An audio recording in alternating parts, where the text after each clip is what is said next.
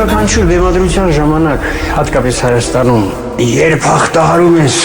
այս գերխնդիրները, այս դժվար արգելակները, ասում ես այս վերջինի հել չեմ անելու, հերիք է։ Բայց ավարտվում է, անցնում է մի ժամանակ, նորից հասկանում ես, որ առանց դրան դու ապրել չես կարող։ Դու ստեղծագործես, դա քո իմաստն է կյանքի, առանց դրան դու դադարես չես կարող առանց։ Եվ ես նորից սկսում եմ մի նոր գործ, նորից հասկանալով, որ էլի բախվելու եմ ահավոր բարդ իրավիճակների։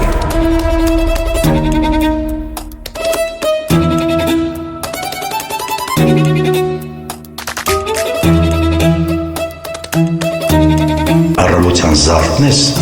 և ոչ մի տեղը չի ցավում, որ միած ստուգի միգուցե մեռած ես, բայց որ դուս ես գալի բեմ, արդեն դրա մասին մոռանում ես և չգիտեմ, ավելի լավ է որ նայես և հիանաս իրականում այդ դժվարի արվեստով, բայց գեղեցիկ է։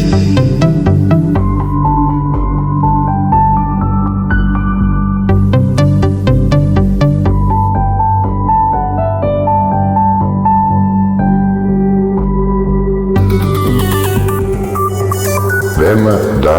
սուրբ վայր է։ Ես ուզում եմ, որ երիտասարդները ինձ լսեն և գործեն այդպես։ Այդ դեպքում հաջողությունը ինքը իրան է գալիս։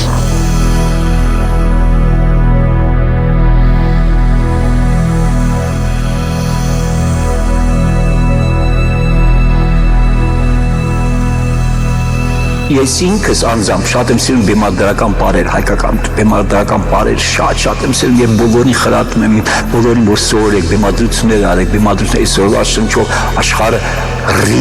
ռիթմից հետ չընկնենք, Հայաստանի ինչի համար ռիթմից պետք է հետ ընկնենք, մենք պետք է առաջ անդադ առաջ նայենք, անդադ առաջ նայենք, անդադ առաջ նայենք, անդադ առաջ նայենք, անդադ առաջ նայենք, անդադ առաջ նայենք, անդադ առաջ նայենք, անդադ առաջ նայենք։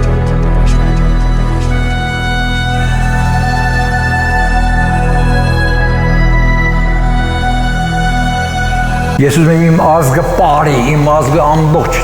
ամբողջ բարի, ամբողջ աշխարհին ցույց տա։ Ինչ ուզում է լինի, մենք կանք, մենք պետք է լինենք, մենք պետք է շարունակենք մեր մշակույթը, մեր ազգը պետք է հարատևի, հարատևի, հարատևի, հարատևի, հարատևի։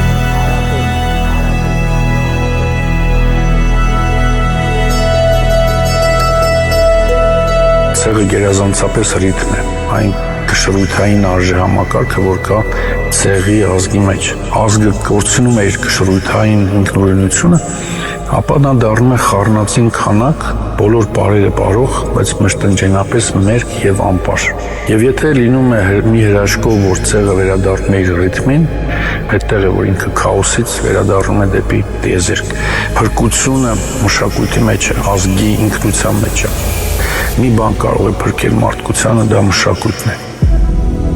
Եվ ի վերջո ամեն ազգի մշակույթ իր աստվածների, իր հավատալիքների, իր բոլոր արտացանքների և հոգևոր արժեհամակարգի արտացոլում է։